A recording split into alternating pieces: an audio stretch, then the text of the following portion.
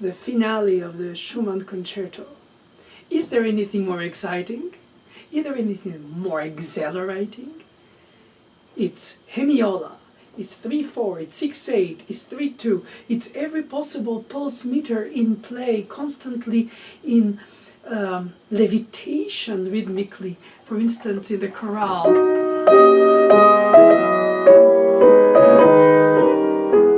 So, from the beginning.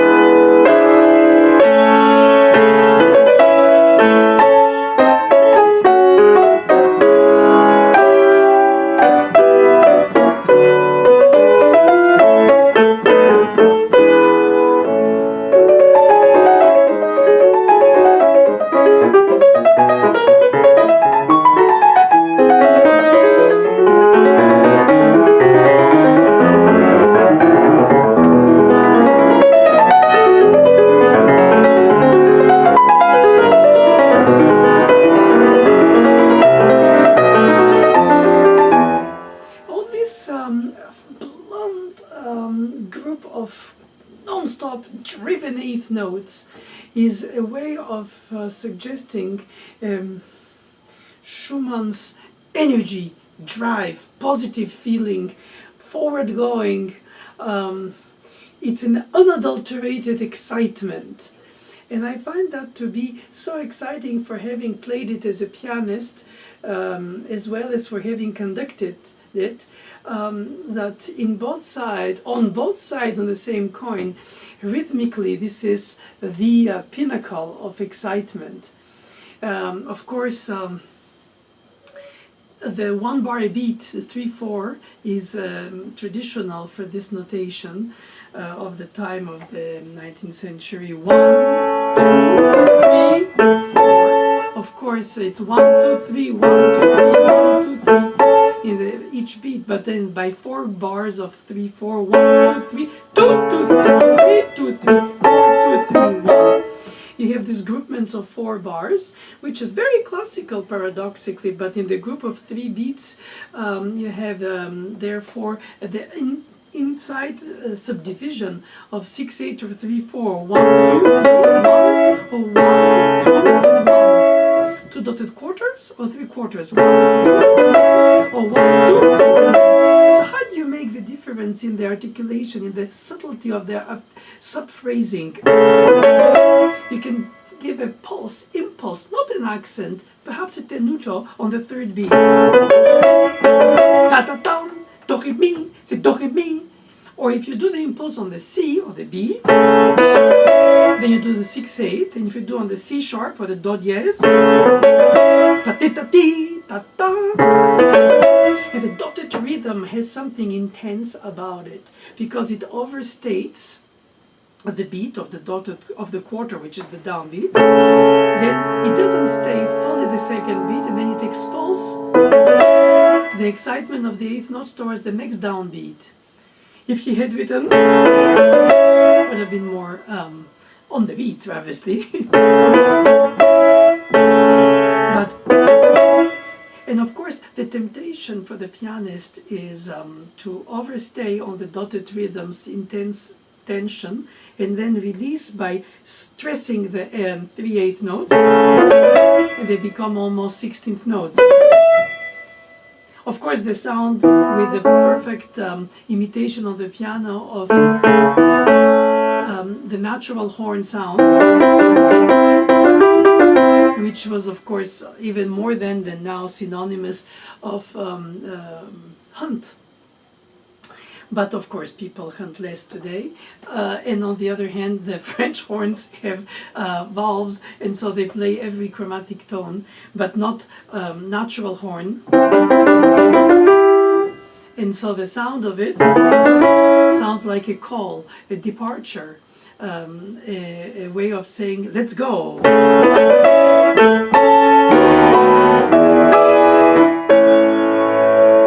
And immediately the bundle of eighth notes I spoke about comes in the second half of the theme. Left hand has the descending tetrachord, and the right hand decoration.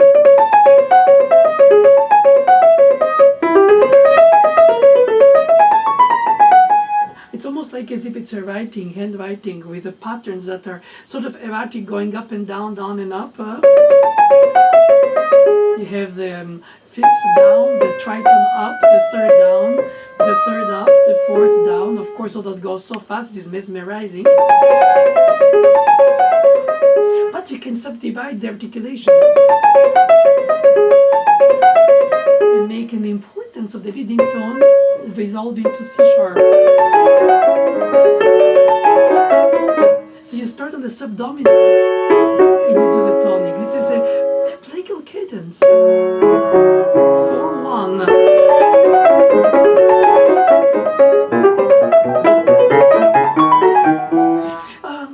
It has to be fun, it has to be playful, and I think for that the eighth notes have to be air legato. Without this sense of staccato, which makes it sound bony and itchy, but something more like drops of water, something very fresh. Also, you could also alternate the articulation of the articulation for each note to be clean, clear, and replayed. Mostly like flossed between the notes. But then also make a section where you can have a bowed group. And so you have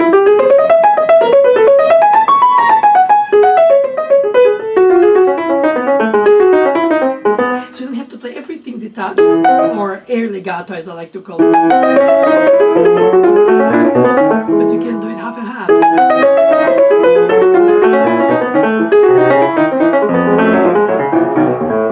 We used to do that calligraphy when we were children in my generation, when we were writing the cursive with some kind of thicker line down and thinner line up when we connect the letters. And I like to think of that.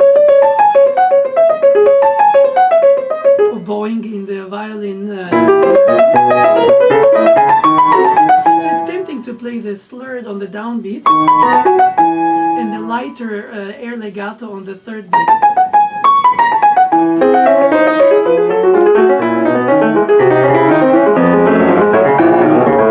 And of course, one could have this separation of hemiola in the articulation of the left hand, which is not indicated by the composer. Or just do all this series of secondary dominance leading tones, which is very thick and sweet, and in a way almost overly hovering, because the modern piano has more rich tone than what he had. Probably that's what he imagined, to have legato. But perhaps on the modern piano you can have some more playful articulation separations.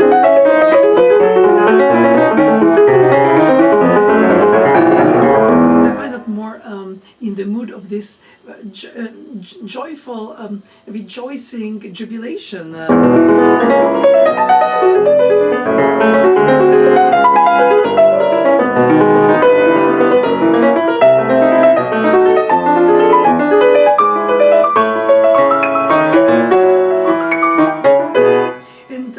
It's really interesting to see that in this third movement, the piano part is almost written as a sonata, no more orchestra combination. The orchestra is really there in the surrounding accompaniment, literally.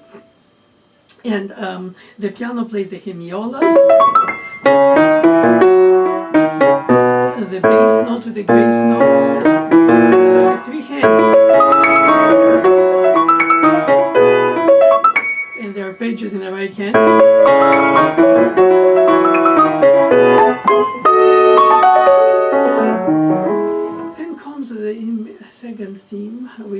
really presented again by the solo pianist as a chorale.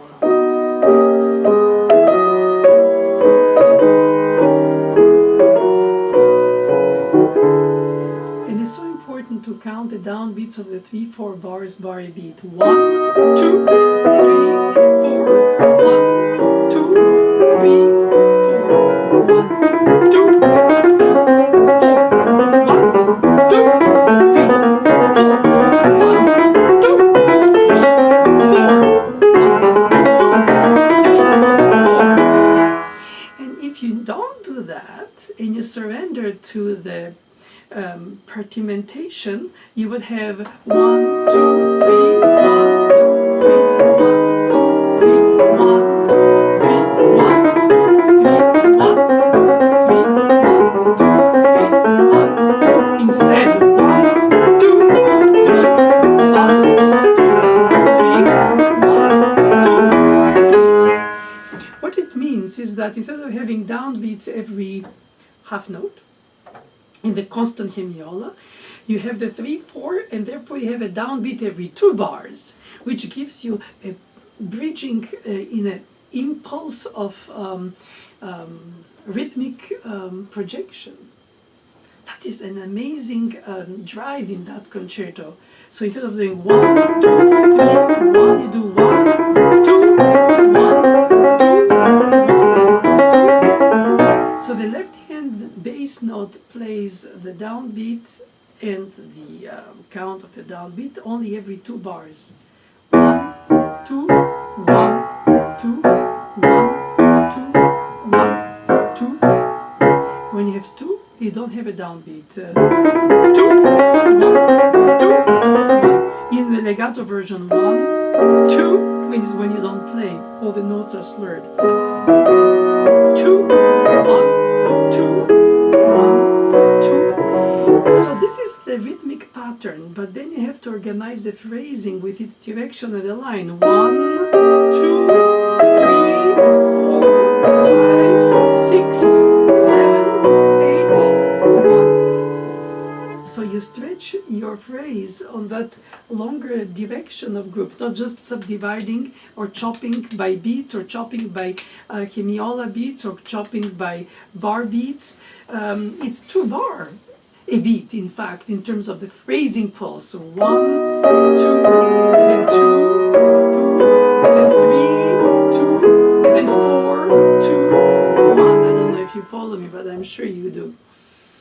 And that is accelerating, because when you conduct it, you have to conduct it in the hemiola, which means that every downbeat you give doesn't have to play a note. Every 2 bars, the downbeat plays the note in the orchestra.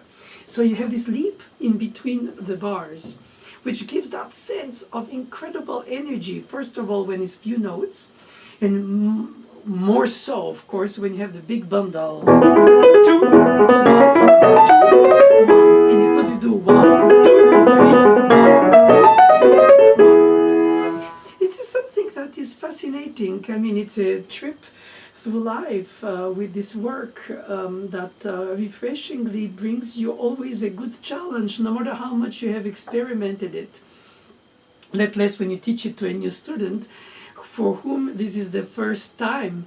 And even if it's your next 3rd or 10th or 15th or whatever time where you revisit it in your life, it still challenges you, because it's provocative pulse-wise, is rhythmically purposely unsettled in order to be in the excitement of the unsettlement that leads to the coda.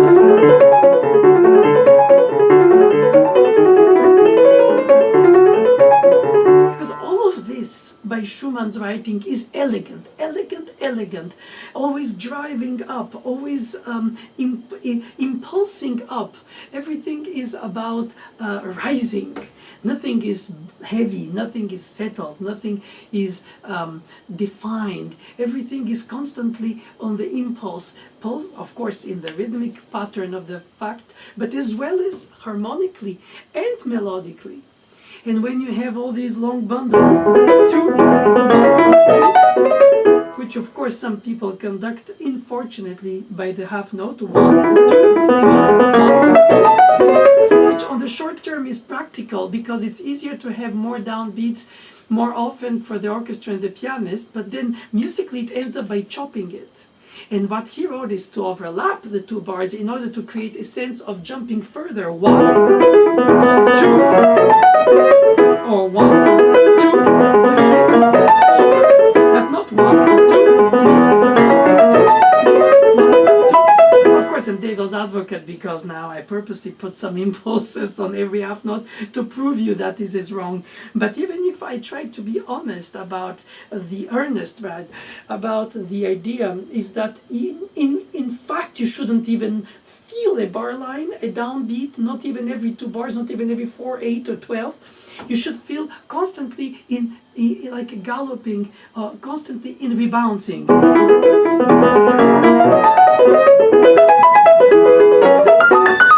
Of course, it's easier said than done because in order to keep it from rushing, you have to count. And when you count, you chop. And when you chop, you sound what you count. 1, 2, or even 1, 2, 1, 2, 1,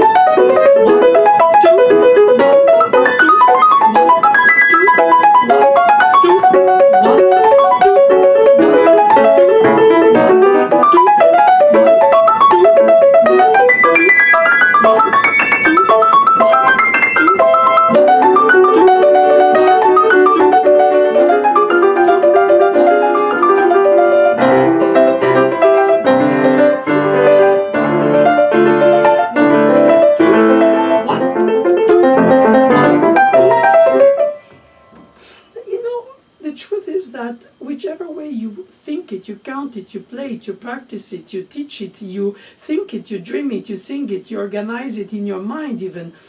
It remains always beautifully unsettled, organized, chaos, but without losing its final trim. In a way, there is a structure, but at a very large sense, and then inside you have different subdivisions which the orchestra has very lightly interrupting silences. 1, 2, 3. So most of the time there is a supportive role, and the pianist plays the consistent constancy of these arpeggios. And then while rising the staccato arpeggios up, the descent is legato, is to reassure. It's not legato in the sense of singing, but more the opposite of the air detached. So you climb fast, yadatatam, so si si si, and then this elegant drop cannot be the same staccato as the purely harmonic arpeggiated chords. The secondary dominant 505. Of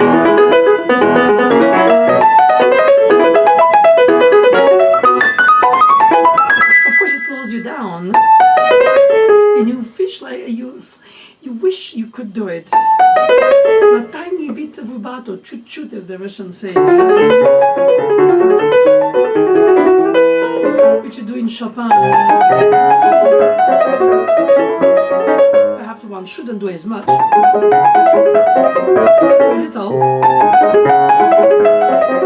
Too much. In any case, you're alone.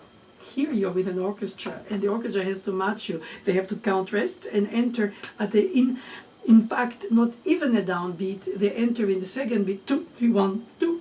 In terms of the entrance, so the conductor has to anticipate and give the impulse before they start, while the conductors inside the pianist soloist, the inner conductor, has to count, while you don't count loud voice obviously in the audience. And you have to instillate this tender descent legato, while this very jumpy arpeggio up with articulation that is, if not staccato, air legato, scratching fingers on the keys. Crisp and uplifting, crisp and uplifting. And then, and keep it in the same pulse.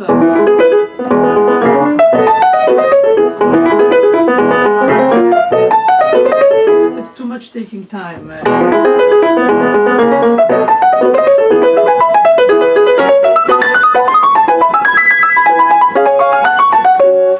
And when he plays it in the recapitulation, of course it starts on the tonic,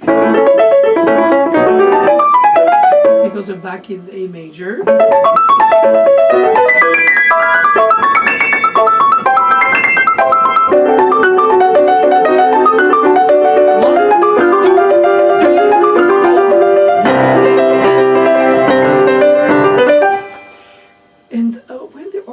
Plays and the conductor conducts and the pianist performs, it's almost in that section a race between almost two galloping horses. The orchestra is not really racing with the pianist, but accompanying and helping the steeples jumps.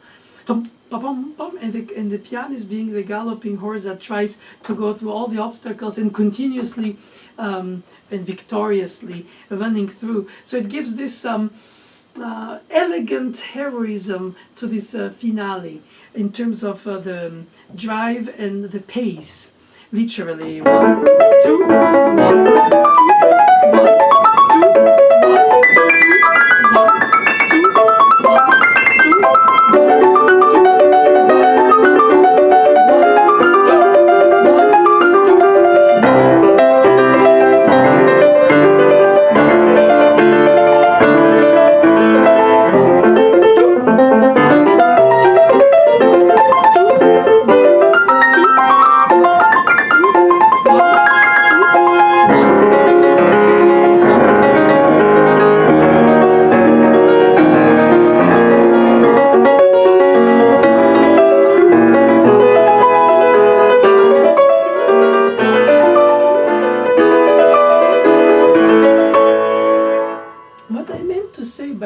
demonstration is that the pulse, yes, the counting, okay, the articulation of staccato, air legato, call it as you like, combined with a certain legato, if not at least a little bit slurred for the descending patterns that give that elegance inside the dropping after the rising of the arpeggiated chords. All this is true, but all this is also a harmonic progression with plethora of secondary dominants and modulations that is making you go through a maze of different tonalities in order to reach either the dominant for the first time, or in the recapitulation, the tonic, A major, naturally.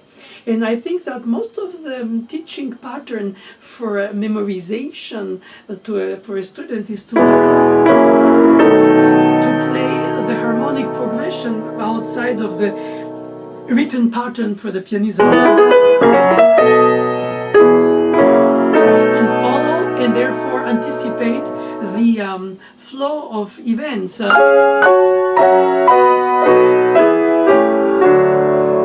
Which are the secondary dominants of which, and how which ones they are specifically. Like for instance, in the recapitulation, A major, then 5 of 5,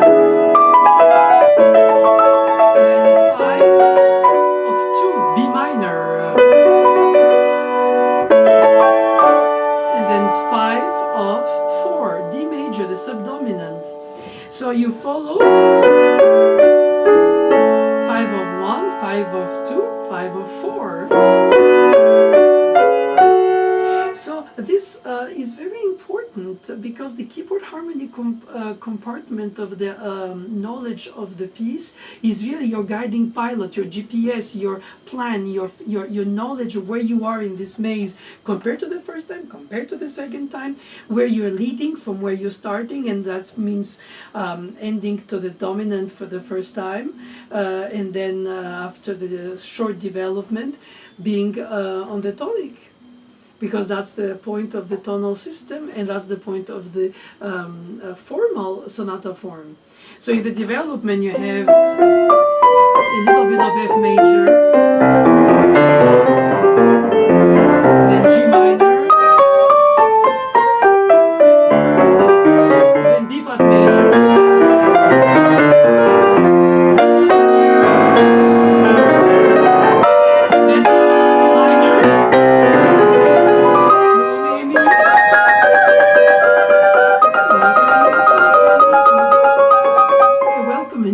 where I was sorry if I was singing and scaring you.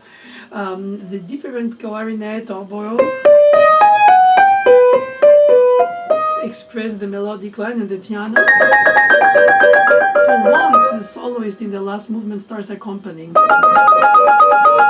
not playing all the parts and the leading part. It goes back to C minor to E flat major, and when we start, dominant.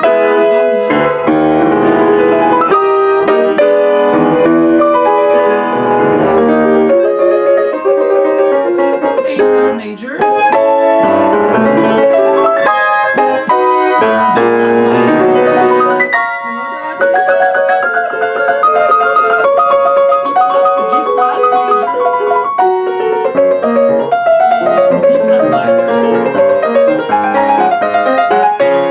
major.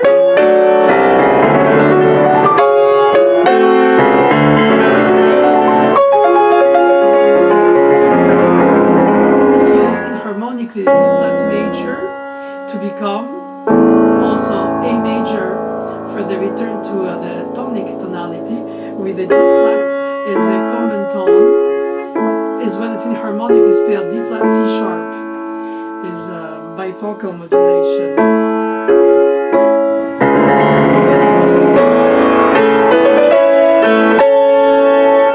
It's very subtle at the same time, very hasty modulation. He could have gone for so far away.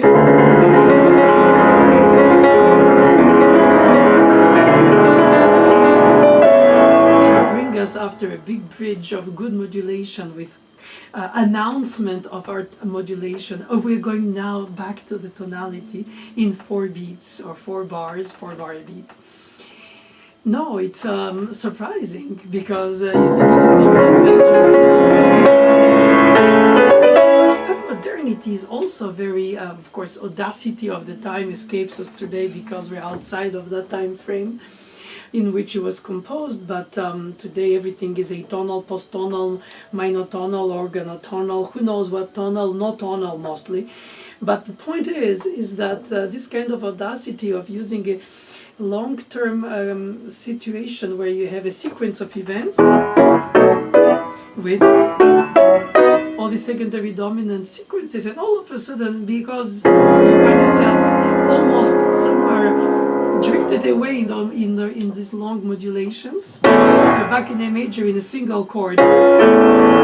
That, I think, is, of course, Beethoven taught him that in 109. He does that in the Scherzo.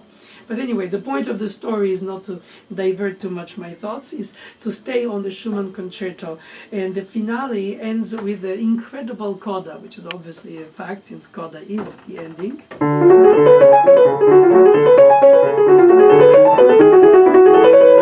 And I find that the utter elegance of his statement, because if the third movement is written with those French horns hunting sounds, then we expect something heroic to finish. But no.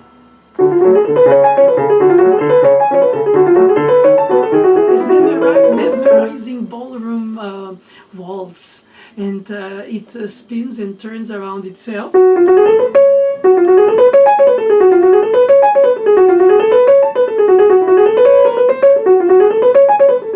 So he ends up in elegance, in lightness, in flow, in something that is not heroic in the manly sense of the 19th century, but rather something feminine in a certain way, something playful. But all of that with such help of legato, of articulation, that gives a sense of tenderness, of goodness, of hovering.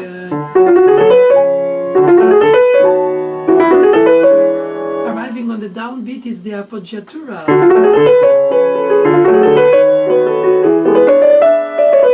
You know, so it feels like you're in a cradle.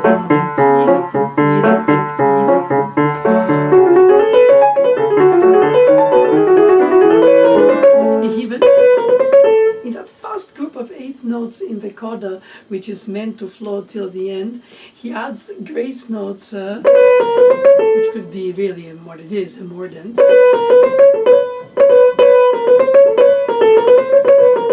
So either you get more to take more time, and then you slow down the pace, or to integrate these extra 2 notes in the already flowing fast 8 notes.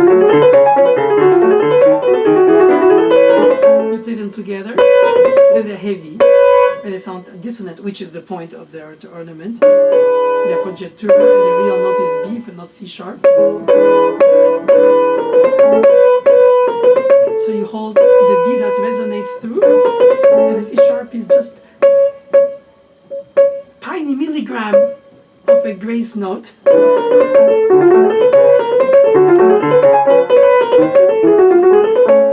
And so you have that as a moment of, if not humor, at least as a good, a little laugh. Imagine without it.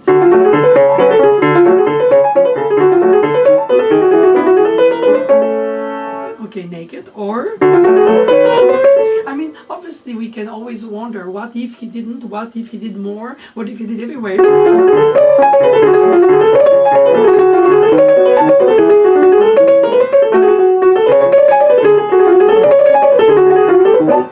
All the exaggerations are laughable, Marguerite, and the devil's advocate examples or what if examples have their limitations as well. Let's say that where he chose is where we need to bring it out.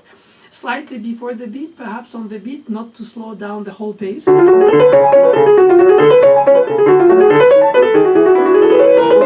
Or integrated by playing it slightly before the beat. You see, it's a striking thing that we have to think about the frivolousness of art. We can spend so much time to define where do we place a grace note in the coda of the Schumann concerto, when by essence within the concerto it doesn't have a great thematic, structural, architectonic importance, let less in history of mankind. It's not the defining moment of the concerto or of musical experience or human experience, but it is really the beauty of it to decide that you can find a lot of time to devote in your life to play rightfully this frivolous moment, so that it's not too much, it's not enough, it's integrated, it's there to embellish the note for which it's gracing.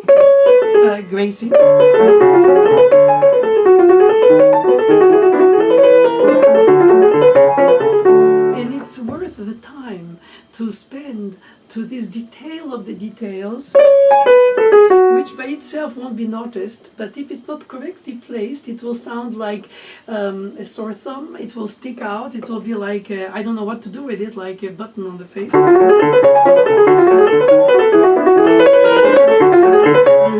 Of course, that was because I played it loud.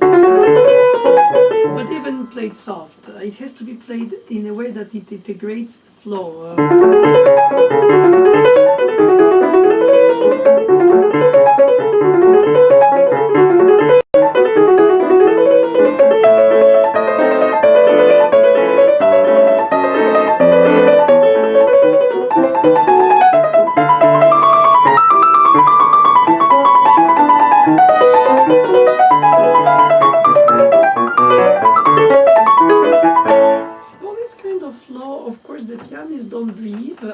Singers, or don't change bow like string players, or direction of bow, you see what I meant.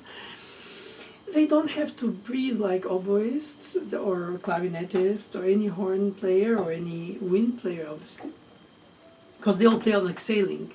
Whenever we can play inhaled and not even exhale, and many pianists, when they have fast notes to play, physiologically often they hold their breath and just try to align all these notes.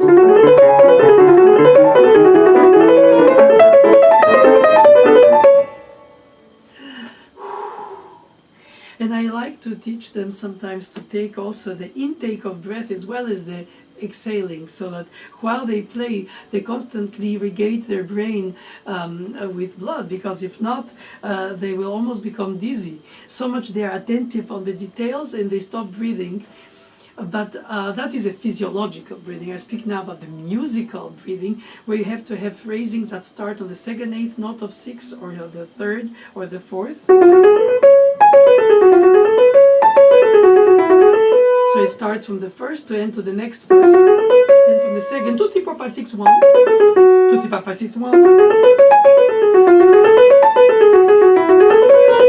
The little ornament we spoke about. And then more assertive, the chromatic scale on the beats, and then immediately after that it changes. The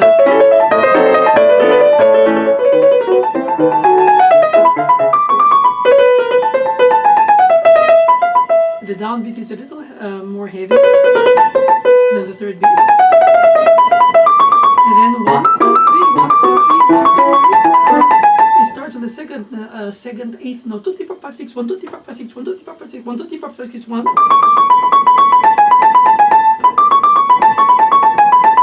The downbeat is an upbeat in the sense of uplifting, almost like in a trampoline. You land to drop to re-rise faster, or higher rather, both.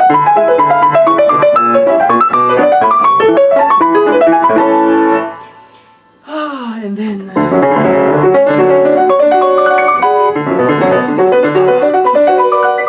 once again the piano in the coda accompanies and the orchestra plays the theme.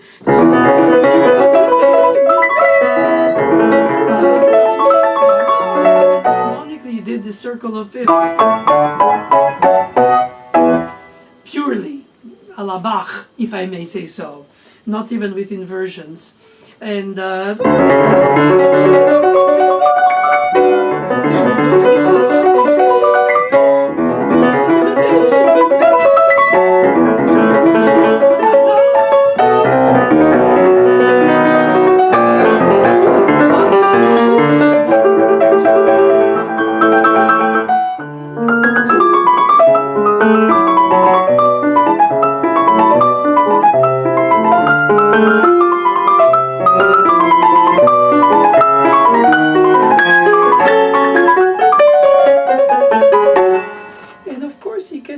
that everything is the flow, everything is the beat, everything is the pulse, everything is the no rubato. But then inside that he has this little a hint of a waltz in the middle of this flow. Major in the right hand, minor in the left, or half minor. And then totally minor. And back in major and C major because of the circle of fifths.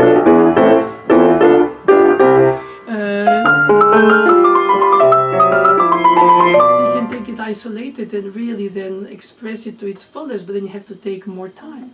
But that is a concerto with an orchestra. You cannot really do. If you do, you have to do so little that you can re-enter and re-merge in the pulse of the tempo. So if you take some time, he gets you to do that by the grace note to the leap of the octave. To delay that high note of the octave, which is the expression.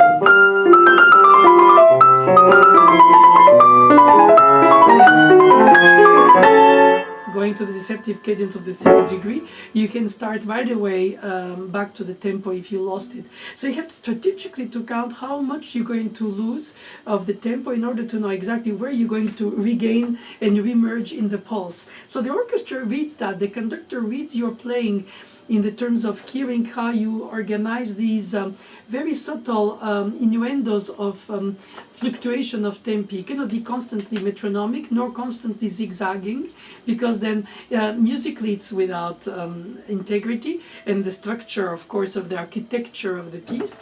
But also in case you have different articulations, you can take a little time to show them by bringing this longer phrase, legato for all this design of the patterns, and then these beautiful beautiful leap of seventh in the left-hand tenor. It's almost as if he inserts, Schumann inserts in this flow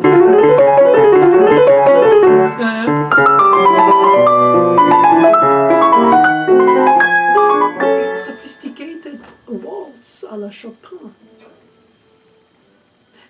But he doesn't say take your time or twice slower or at ease. No, he doesn't say anything. And so, of course, taken at its word, it should be, if the tempo is, it will be.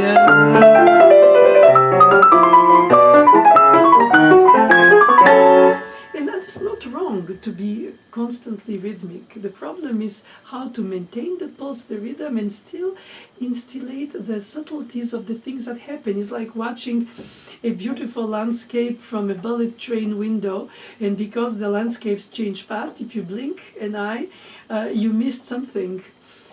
Which here goes in a blink of an eye fast. So it's also the part of that mesmerizing coda of flow, which doesn't just do that till the end because it has these little things that interrupt it, but in the flow nevertheless. I know it's all contradictory when I say it.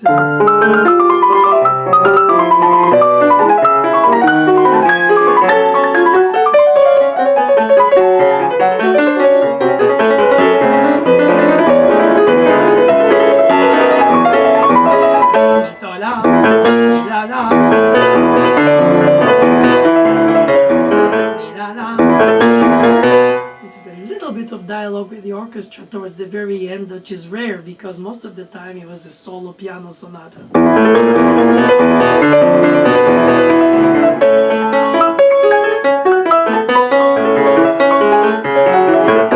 Granted, he doesn't write those accentuations on the hemiolas.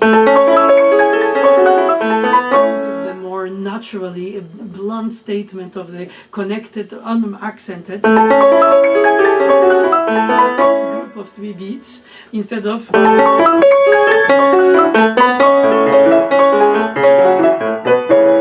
which enhances the hemiola of the patterns. Perhaps one hand can do it, which is the left hand,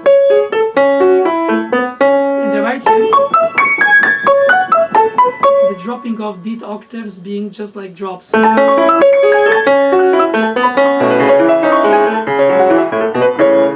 Those kind of things are not really heard with the orchestra because the orchestra also plays, not all the time, not heavily like in Rachmaninoff in terms of richer orchestration. It's more with rests and more collaborative in the sense of rebouncing with the pianist, but not covering or hovering the pianist. Nevertheless, in that amount of flow of tempi with pedal acoustics, resonance, and all put together, this kind of innuendos of phrasings have a little less incidence or importance in your interpretational narrative storytelling, if you want.